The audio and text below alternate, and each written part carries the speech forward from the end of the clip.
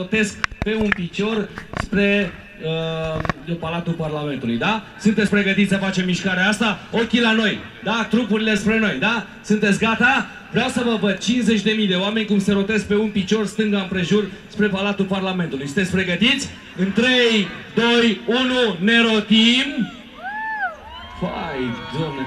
Perfect! N-am văzut așa ceva în viața mea. Acum că nu ne vedeți, să știți că vă vorbesc niște supereroi. Îi rog pe colegii de la Lumini să stingă toată lumina din viața Constituției, așa cum vă rog pe voi să scoateți acum toate telefoanele mobile. Ladies and gentlemen! Vreau toate telefoanele mobile cu LED-urile aprinse, vreau să filmați ce se întâmplă în premieră în București. 20.000 de metri pătrați, cel mai mare ecran din România, primul mare spectacol de iMaps sau de Video Maps. Sunt 5 țări concurente, atenție mare, dintre care o echipă reprezintă România. Sunt 5 țări ce participă la competiție, iar voi, toți ce filmați în acest moment și oferiți fotografilor această imagine spectaculoasă, senzațională, voi, la semnalul nostru, va trebui să trimiteți un SMS la un număr scurt afișat și pe ecrane. Noi o să vă vorbim din spate, nu vă întoarceți spre noi pentru că pierdeți experiența vieții voastre. Doamnelor și domnilor, ladies and gentlemen, experiența iMapping România începe cu ajutorul vostru în București. Dacă numărăm împreună 5, 3, 2,